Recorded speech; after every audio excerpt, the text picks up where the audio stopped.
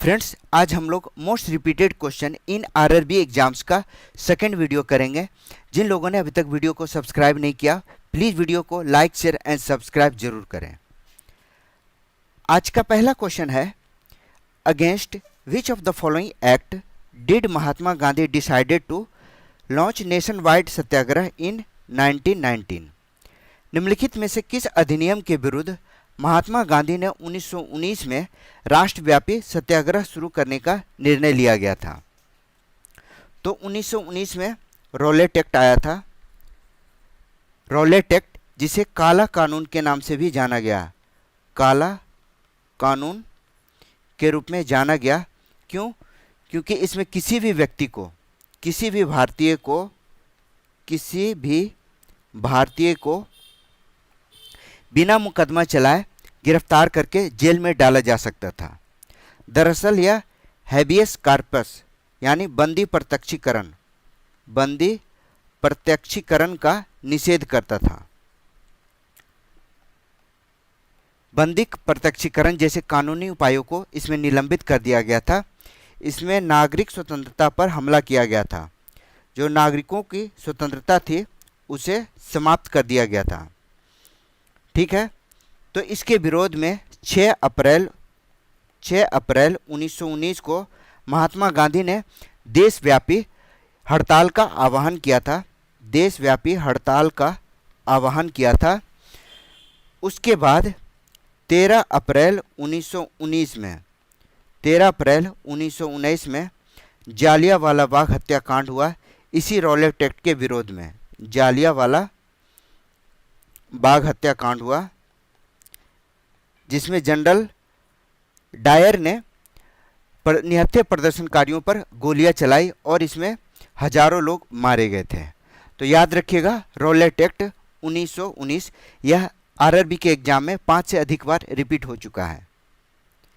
अगला सवाल है, द दिल्ली दरबार dash mark the succession of king George V and this दरबार the king declared that capital of India will be transferred from Kolkata to Chennai। Delhi दरबार dash राजा George पंचम के उत्तराधिकार का प्रतीक था और इस दरबार में राजा ने घोषणा की कि भारत की राजधानी कलकत्ता से दिल्ली स्थानांतरित की जाएगी। तो दिल्ली दरबार, याद रखिएगा, दिल्ली दरबार 1911 में हुआ था। 1911 में आयोजित किया गया था। हर टर्म पर क्वेश्चन पूछे जाते हैं। दिल्ली दरबार 1911 में आयोजित किया गया था, जिसमें ब्रिटेन का राजा जॉर्ज पंचम और उनकी महारानी राजा जॉर्ज पंचम और उनकी पत्नी, क्या नाम था, रानी मैरी, राजकुमारी मैरी, जो भी कहें, मैरी ने भारत के सम्राट के रूप में शपथ ली। 12 दिसंबर 1911 को घोषणा किया गया कि भारत की राजधानी कोलकाता से स्थानांतरित करके दिल्ली कर दी जाएगी। ठीक है, तो इसका ऐतिहासिक महत्व है। 1912 में राजधानी स्थानांतरित हो गई और दिल्ली को राष्ट्रीय राजधानी के रूप में जाना गया। दिल्ली का जो वास्तुकार था उसका नाम था एडविन लुटियंस और हर्बर्ट बेकर ने नई दिल्ली की योजना बनाई थी। नई दिल्ली का वास्तुकार था। क्लियर है? तो यह 1911 में हुआ था, लेकिन राजधानी 1912 में स्थानांतरित हुई। नेक्स्ट क्वेश्चन है, which Indian art form is practised in Mithila region of Bihar and Nepal? बहुत ही अच्छा सवाल है। बिहार और नेपाल के मिथिला क्षेत्र में कौन सी भारतीय कला प्रचलित है? काफ़ी विश्व प्रसिद्ध यह कला है मधुबनी पेंटिंग। मधुबनी पेंटिंग जो है बिहार के मिथिला क्षेत्र में जो कि अभी मधुबनी दरभंगा का क्षेत्र कहलाता है। मधुबनी, दरभंगा और सीतामढ़ी। सीतामढ़ी की यह प्राचीन लोक कला है। इसकी शुरुआत जो है वह रामायण काल से मानी जाती है। रामायण काल से इसकी शुरुआत मानी जाती है, जब राजा जनक ने सीताराम के विवाह के समय इन चित्रों को बनवाया था। यानी सीताराम का विवाह जब हुआ था तो इसमें मधुबनी पेंटिंग बनाया गया था। जो मधुबनी पेंटिंग है यह विशेष उत्सव पर भी बनाने की परंपरा रही है, खास करके विवाह में कोई प्रमुख त्यौहार में, जैसे छठ, दीपावली हो, या धार्मिक अनुष्ठान में भी मधुबनी पेंटिंग बनाया जाता है। ठीक है। 2012 में इसे जीआई टैग मिला है। जीआई टैग के रूप में परिभाषित किया गया है, जो कि मधुबनी की मूल कला को साबित करता है। तो याद रखिएगा मधुबनी पेंटिंग। नेक्स्ट क्वेश्चन है, which temple in Thanjavur has Chola architecture and was built by emperor Rajaraja. Thanjavur में कौन सा मंदिर चोल वास्तुकला में बना है और इसका निर्माण सम्राट राजराजा ने करवाया था। तो तंजावुर में एक प्रसिद्ध मंदिर है जिसका निर्माण राजराजा ने करवाया था। कब कराया था?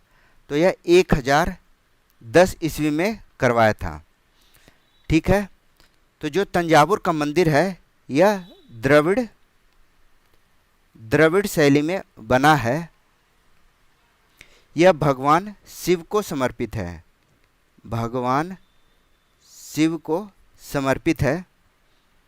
अब तंजावुर का कौन सा मंदिर है? तो यह है बृहदेश्वर मंदिर। तंजावुर का बृहदेश्वर मंदिर जो कि 1010 ईस्वी में बनाया गया, भगवान शिव को समर्पित है। इसके मंदिर में काफ़ी प्रसिद्ध है नंदी की विशाल मूर्ति। कई बार एग्जाम में पूछा गया है। बृहदेश्वर मंदिर में एक नंदी की विशाल मूर्ति बनी है। ठीक है। बृहदेश्वर मंदिर को 1987 ईस्वी में यूनेस्को के वर्ल्ड हेरिटेज साइट में ग्रेट लिविंग चोल टेम्पल के रूप में लिविंग चोल टेम्पल्स के रूप में इसे शामिल किया गया है, ग्रेट लिविंग चोल टेम्पल्स के रूप में। ठीक है। नेक्स्ट क्वेश्चन पढ़ते हैं। The highest point of the Aravalli range is. Aravalli पर्वतमाला का उच्चतम बिंदु कौन सा है? उच्चतम बिंदु का नाम क्या है? तो जैसा कि हम लोग जानते हैं, अरावली जो है वह भारत की पुरानी पर्वत श्रृंखला है। पुरानी पर्वत श्रृंखला है जो कि गुजरात से दिल्ली तक इसका विस्तार है। गुजरात से दिल्ली तक इसका विस्तार है। इसकी सर्वोच्च शिखर जो है वह गुरु शिखर है। माउंट आबू के पास है। यह माउंट आबू के पास है गुरु शिखर। यह बनास, लूनी और साबरमती नदी का उद्गम स्रोत है। उद्गम यहीं से होता है। सरिस्का और रणथंभौर राष्ट्रीय उद्यान, नेशनल पार्क इसी के क्षेत्र में स्थित हैं। नेक्स्ट है, the largest peninsula river in India is. Bharat की सबसे बड़ी प्रायद्वीपीय नदी। भारत की सबसे बड़ी प्रायद्वीपीय नदी कौन है? तो यह है गोदावरी नदी। गोदावरी, जिसकी कुल लंबाई कितनी है? 1465 किलोमीटर है। इसे दक्षिण की गंगा के रूप में जाना जाता है। दक्षिण की गंगा के रूप में जाना जाता है। इसका उद्गम जो है महाराष्ट्र के पास है, नासिक जिले के त्र्यंबकेश्वर के पास से होता है। जो गोदावरी नदी है यह महाराष्ट्र तेलंगाना, आंध्र प्रदेश, छत्तीसगढ़, उड़ीसा और पुदुचेरी से, छत्तीसगढ़, उड़ीसा और पुदुचेरी से होकर बहती है। ठीक है। नेक्स्ट क्वेश्चन है, dash cover most of the Deccan plateau which includes parts of Maharashtra, Madhya Pradesh, Gujarat, Andhra Pradesh and some parts of Tamil Nadu.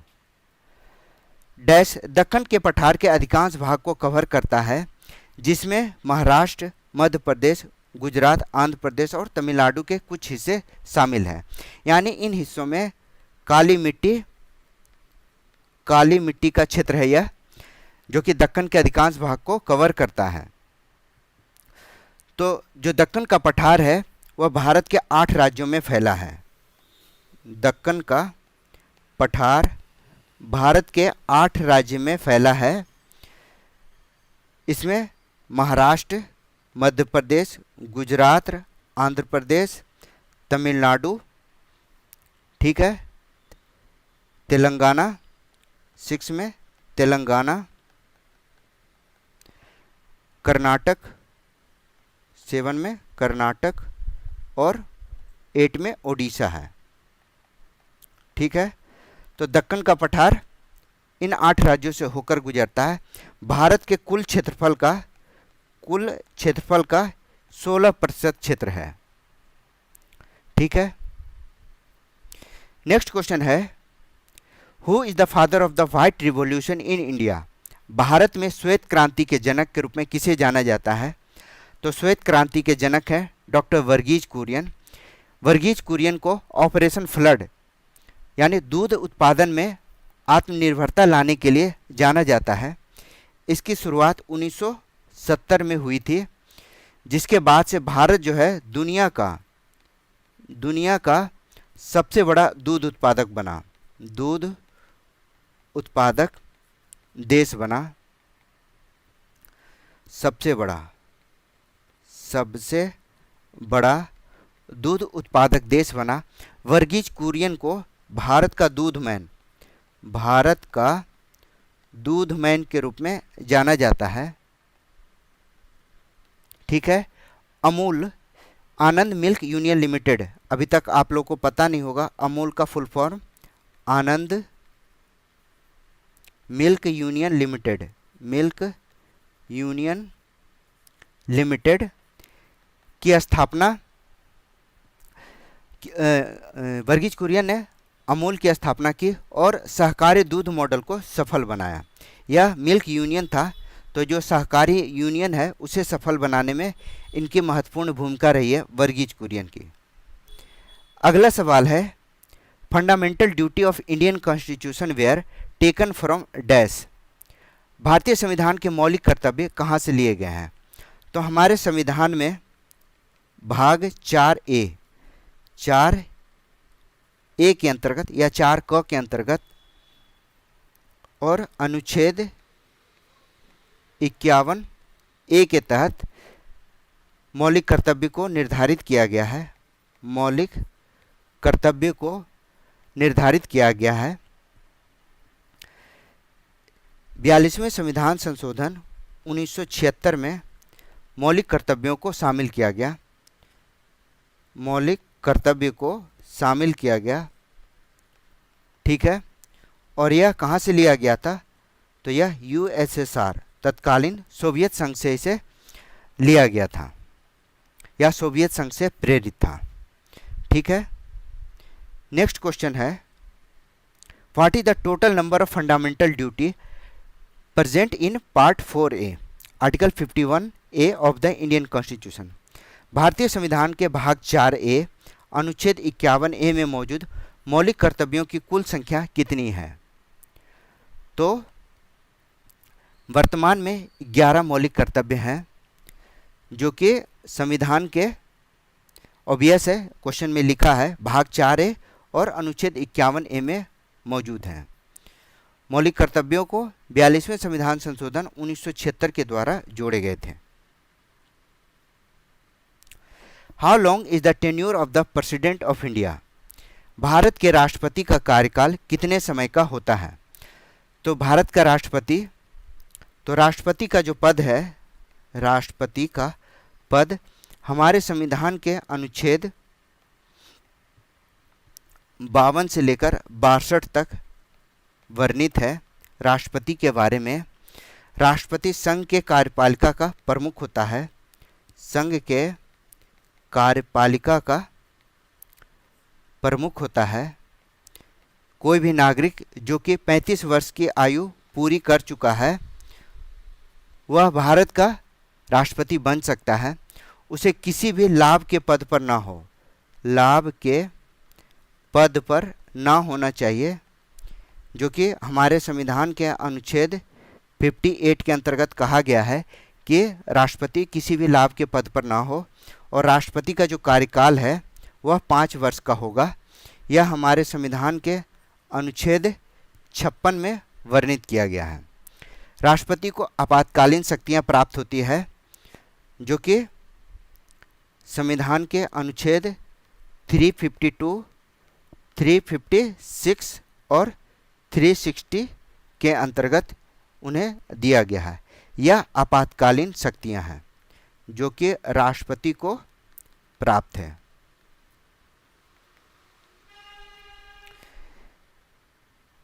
Next question है, who appoint the chief election commissioner of India?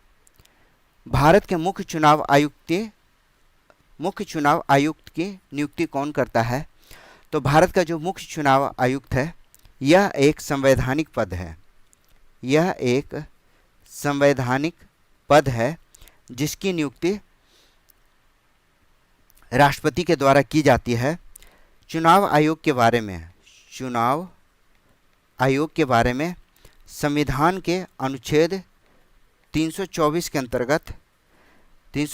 के अंतर्गत वर्णित किया गया है। भारत में जो मुख्य चुनाव आयुक्त होते हैं उनका कार्यकाल होता है।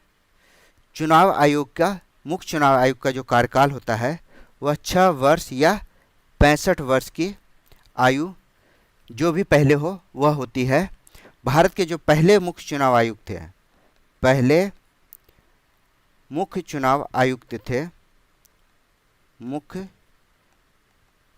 आयुक्त उनका नाम क्या था? उनका नाम था सुकुमार सेन थे। जो भारत का मुख्य चुनाव आयुक्त था, यानी चुनाव जो आयोग था वह पहले एक सदस्यीय था। 1993 में भारत का जो चुनाव आयोग है वह त्रिसदस्यीय हो गया, जिनमें एक चीफ इलेक्शन कमिश्नर और 2 इलेक्शन कमिश्नर का प्रावधान किया गया। कब? 1993 में। याद रखिएगा, यह क्वेश्चन कई बार पूछा जा चुका है। The real executive head of the union council of minister of the Indian government is? भारतीय सरकार के केंद्रीय मंत्रिपरिषद का वास्तविक कार्यकारी या प्रमुख कौन होता है? तो हमारे संविधान के अनुच्छेद 74 के अनुसार प्रधानमंत्री की अध्यक्षता में एक मंत्रिपरिषद होती है जो कि राष्ट्रपति को सलाह देती है। ठीक है, अनुच्छेद 74 में वर्णित है। अनुच्छेद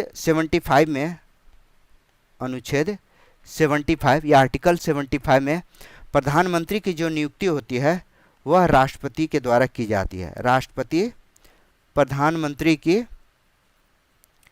नियुक्ति करता है। ठीक है, अमूमन यह लोकसभा में बहुमत के आधार पर किया जाता है। आर्टिकल 78 के अंतर्गत प्रधानमंत्री जो होता है वह राष्ट्रपति और मंत्रिपरिषद के बीच संवाद का माध्यम होता है। राष्ट्रपति और मंत्रिपरिषद के बीच संवाद का माध्यम होता है। क्लियर है? नेक्स्ट क्वेश्चन है, how many members are nominated by the president of India in the Lok Sabha from the Anglo Indian community? Bharat के राष्ट्रपति के द्वारा लोकसभा में एंग्लो इंडियन समुदाय से कितने सदस्यों को मनोनीत किए जाते हैं? तो सबसे पहले हमारे संविधान के अनुच्छेद 331 के आधार पर राष्ट्रपति लोकसभा में दो सदस्यों को एंग्लो इंडियन जो सदस्य होते थे वो एंग्लो इंडियन समुदाय से होते थे, उन्हें मनोनीत करने का अधिकार था राष्ट्रपति को। ठीक है, लेकिन 104 104th कॉन्स्टिट्यूशनल अमेंडमेंट जो कि 2019 में हुआ था, 25 जनवरी 2020 से इस प्रावधान को समाप्त कर दिया गया। यानी अब एंग्लो इंडियन समुदाय के लोगों को मनोनीत नहीं किया जाता है। ठीक है, लोकसभा के सदस्यों की कुल संख्या कितनी होती है? तो यह 545 है, जो पहले 543 + 2 एंग्लो इंडियन का होता था। ठीक है, तो यह 2 पोस्ट अब खाली रहता है। The term of office of A member of Rajya Sabha is, Rajya Sabha के सदस्य का कार्यकाल कितना होता है? तो राज्यसभा के सदस्य का कार्यकाल 6 वर्ष का होता है। राज्यसभा के अधिकतम सदस्यों की संख्या 250 होती है। ठीक है, वर्तमान में कितने हैं?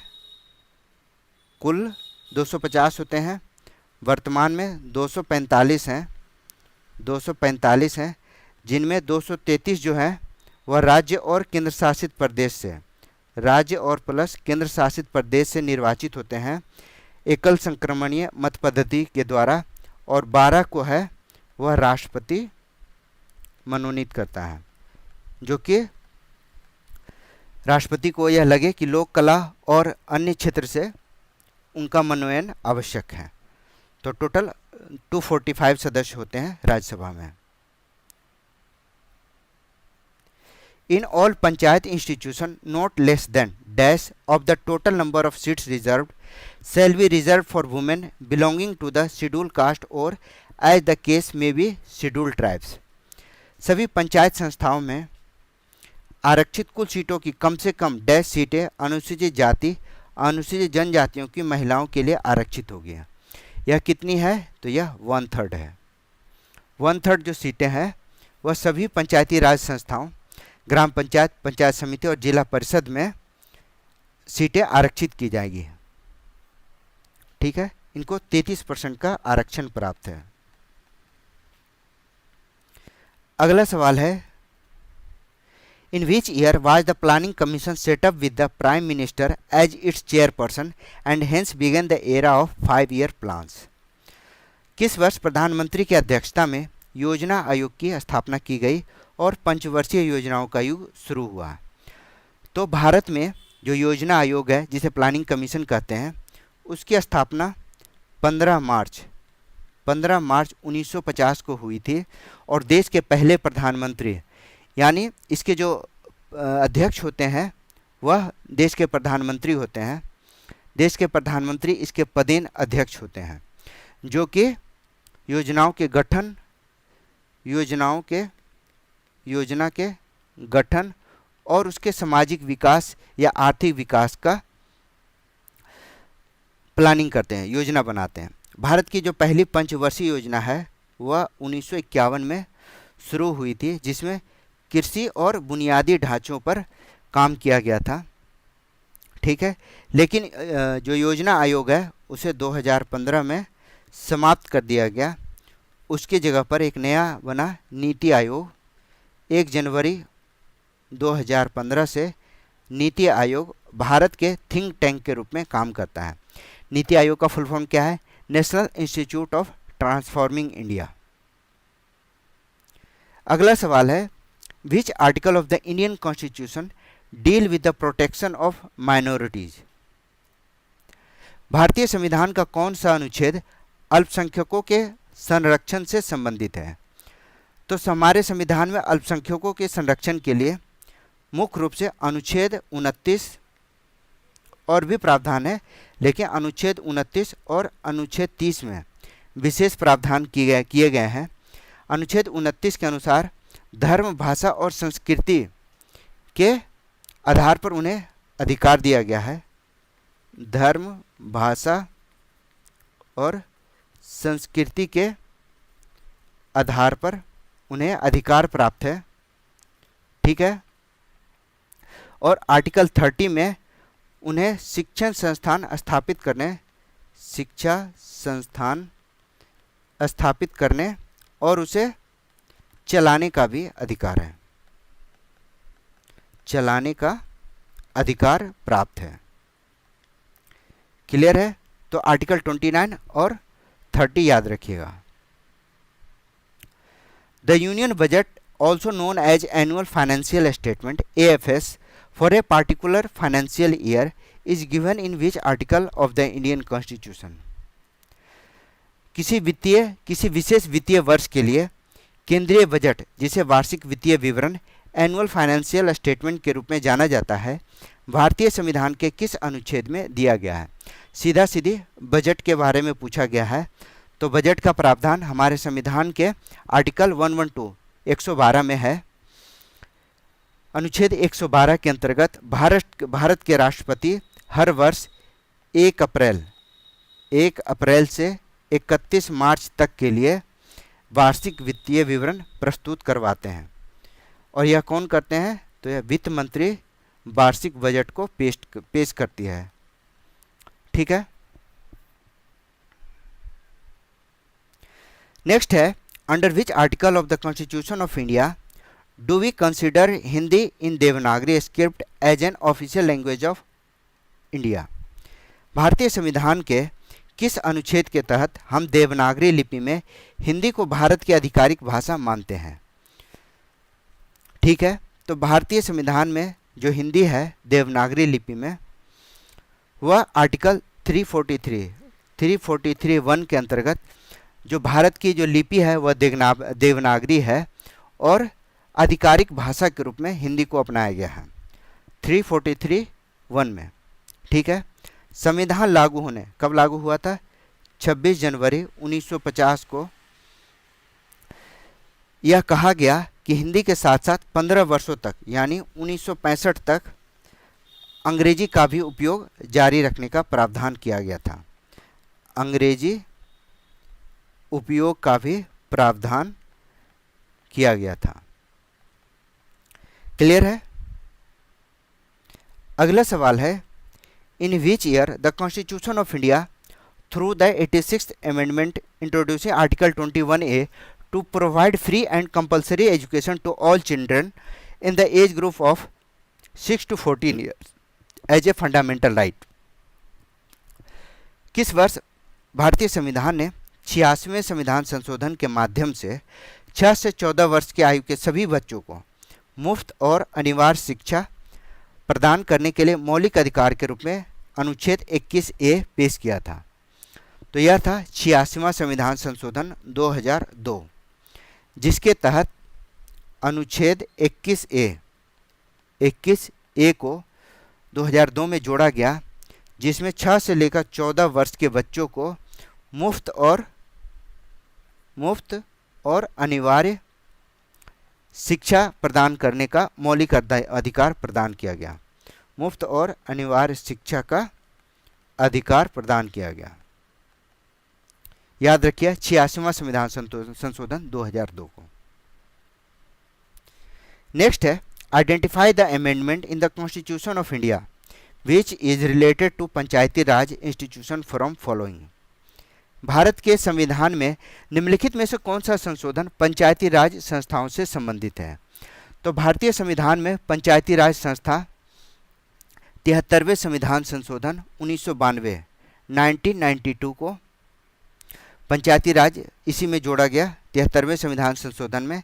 इसे संविधान के भाग 9 में और 11वीं अनुसूची के अंतर्गत शामिल किया गया। 11वीं अनुसूची के अंतर्गत शामिल किया गया। पंचायत में कितने विषय हैं? तो याद रखिएगा पंचायत में 29 विषयों को शामिल किया गया है। यह पूछा जाता है। अगला सवाल, according to Newlands law of octaves how many elements exist in nature?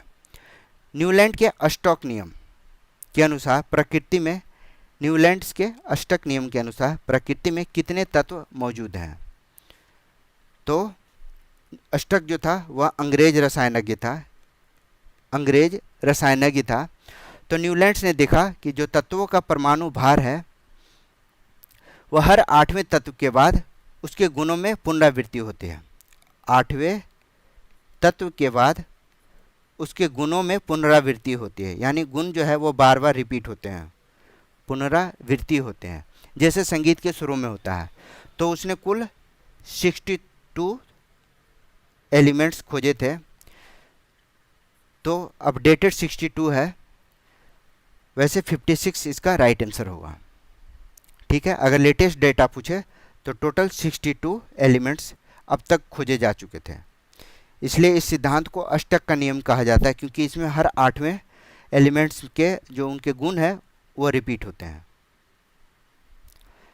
In Mendeleev periodic table the properties of the elements are considered a periodic function of them. Mendeleev की आवर्त सारणी में तत्वों के गुणों पर उनका आवर्त फलन माना जाता है। तो मेंडलीव की जो आवर्त सारणी है या आवर्त नियम है, उसमें ये कहा गया है कि तत्वों के जो गुण धर्म है उनके परमाणु भार का आवर्ती फलन होता है, यानी पीरियोडिक फंक्शन होते हैं। यानी परमाणु का जो भार है वह बढ़ते क्रम में रखा जाए तो उनके भौतिक और रासायनिक जो गुण है वह नियमित रूप से रिपीट होंगे। ठीक है, मेंडलीव की आवर्त सारणी में टोटल 12 ग्रुप्स होते हैं और 7 पीरियड्स होते हैं, 12 स्तंभ होते हैं और 7 क्षैतिज पंक्तियां होती हैं, 36 पंक्ति होती है। ठीक है, consider the below statement and identify the correct answer. Statement 1, the chemical formula for baking soda is NaHCO3।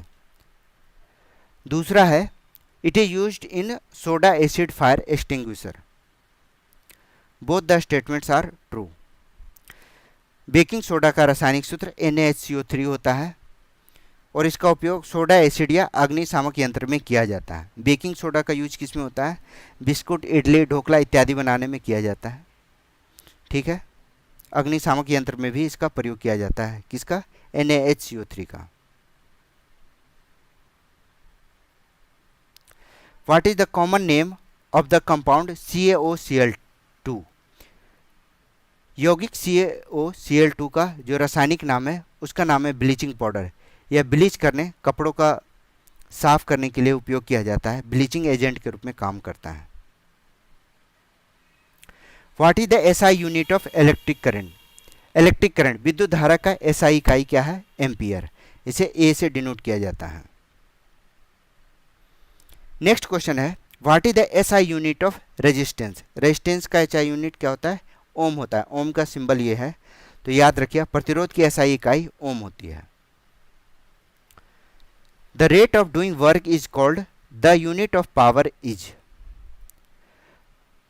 कार्य करने की दर को शक्ति कहते हैं और शक्ति की इकाई वाट होती है। ठीक है,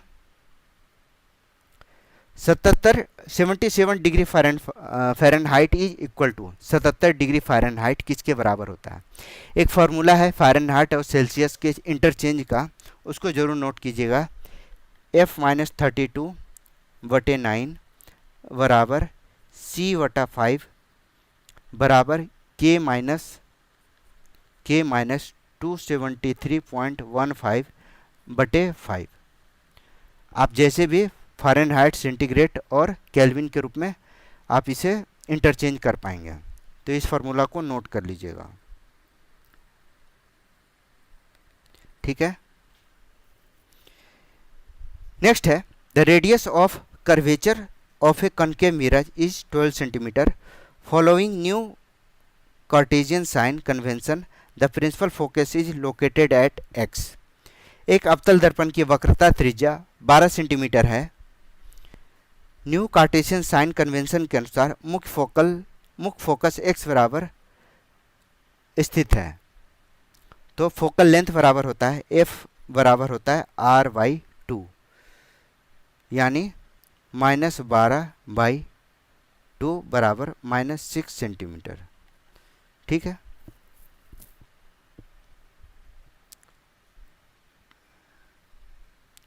नेक्स्ट है the colour of the clear sky is blue due to dash of light by particles in the atmosphere of size dash than the wavelength of visible light.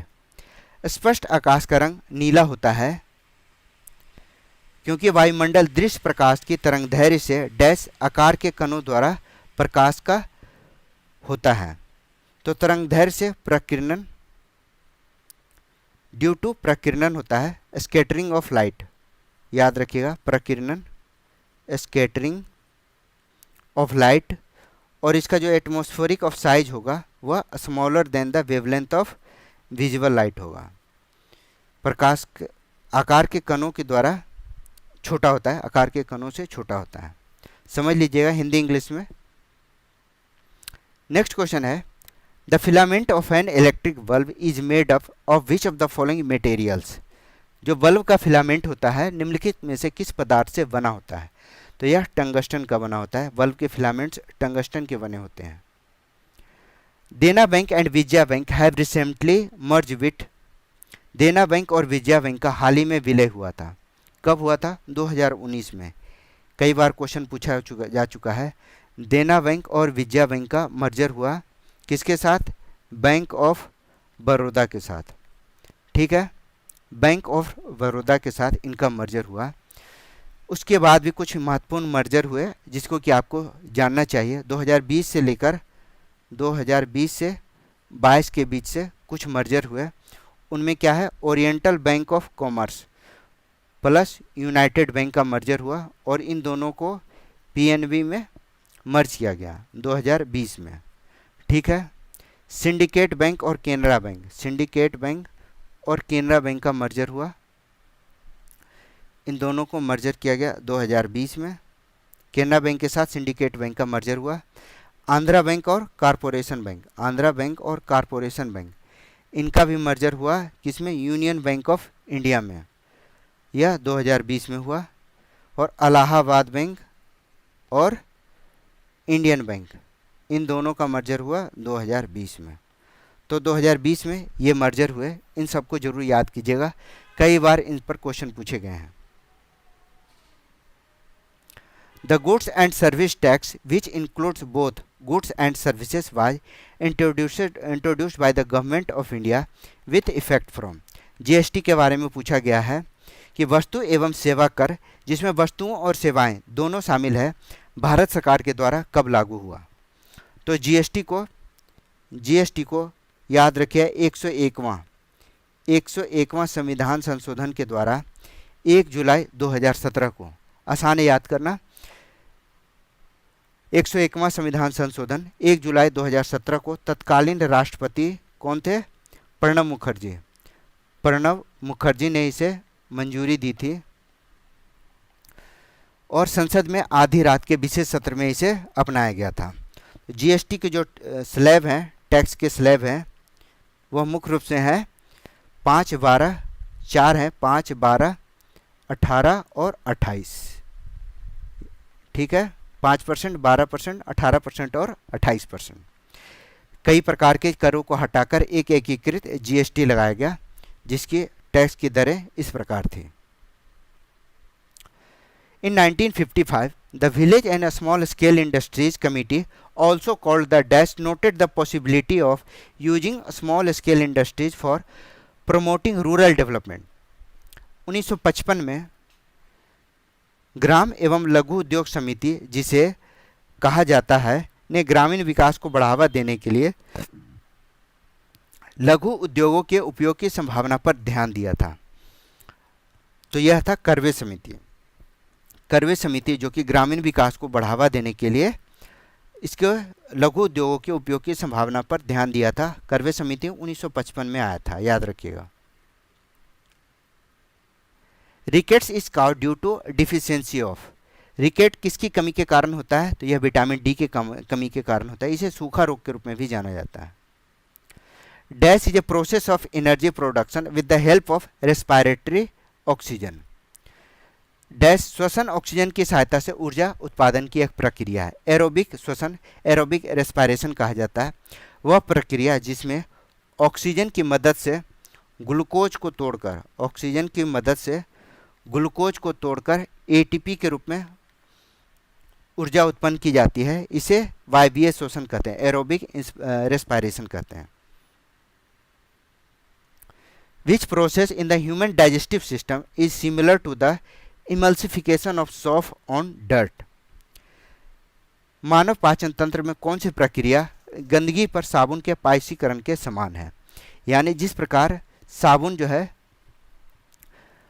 वह गंदगी को साफ करता है, उसी तरह पित्त लवण जो है बड़ी वसा की गोलियों को छोटे छोटे टुकड़ों में तोड़ते हैं।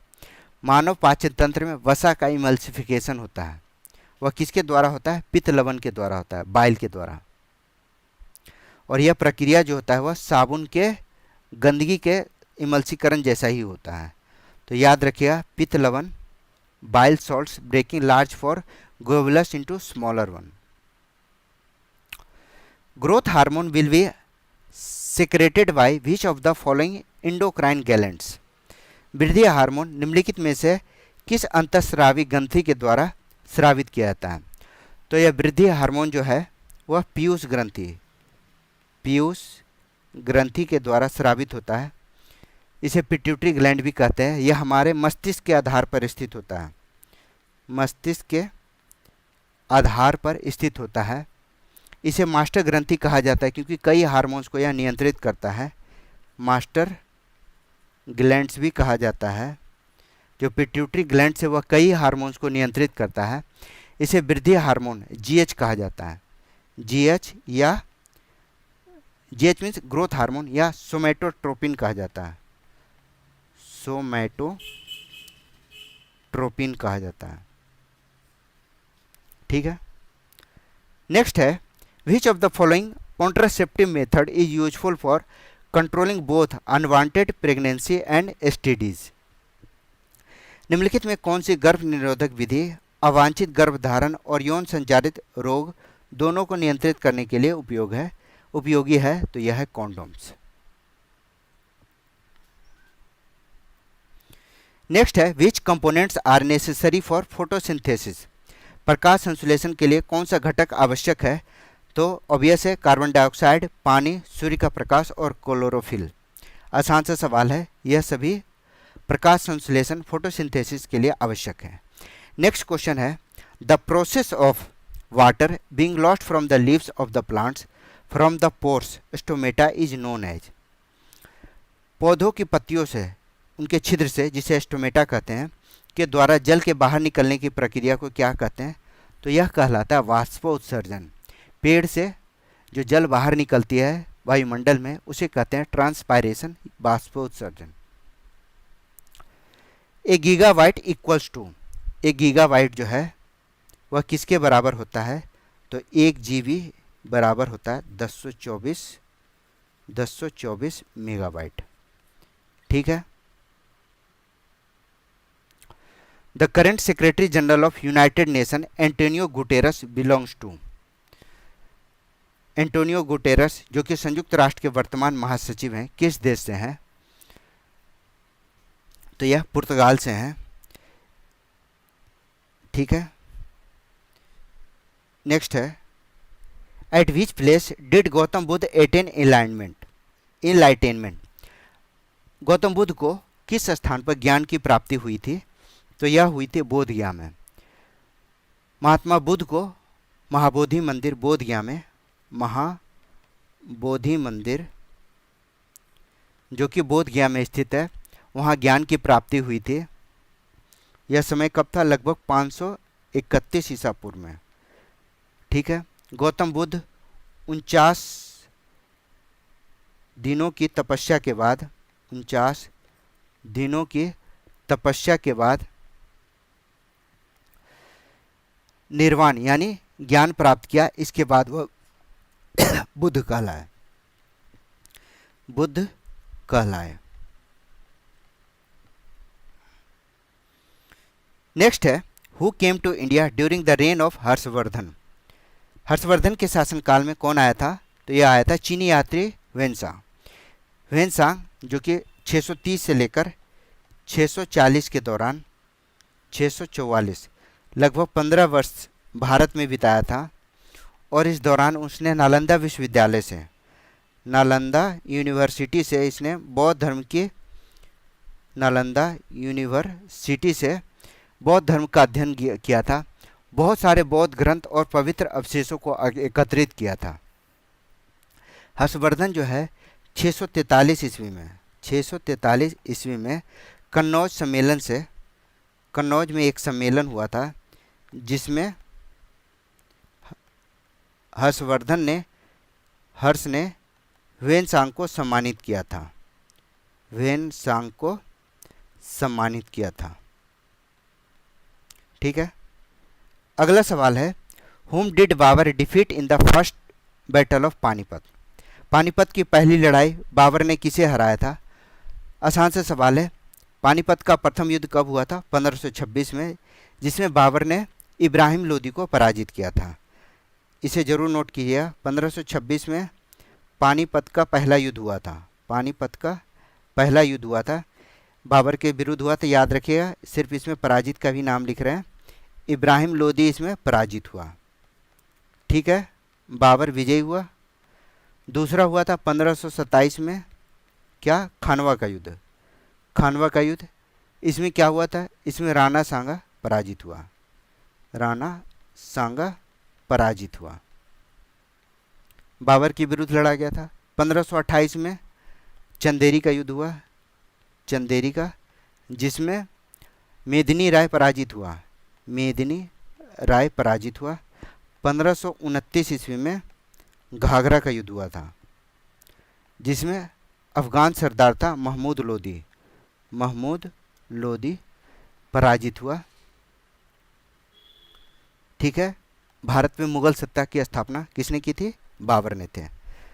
ठीक है, नेक्स्ट है, who started the new religion called दीन इलाही। दीन इलाही नामक नए धर्म की स्थापना अकबर ने की थी।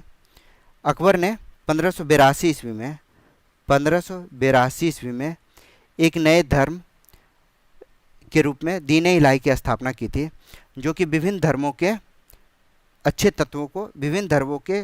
तत्वों को मिलाकर बनाया गया था। In 1851, who described the kingdom of Awadh as a cherry that will drop into our mouth one day। 1851 में अवध राज को किसने एक चेरी जो कि एक दिन हमारे मुंह में गिरेगी के रूप में वर्णित किया था? यह कथन था लॉर्ड डलहौजी के द्वारा। लॉर्ड डलहौजी ने 1851 में कहा था कि अवध जो है एक चेरी के रूप में अपने आप हमारे मुंह में आकर गिर जाएगी।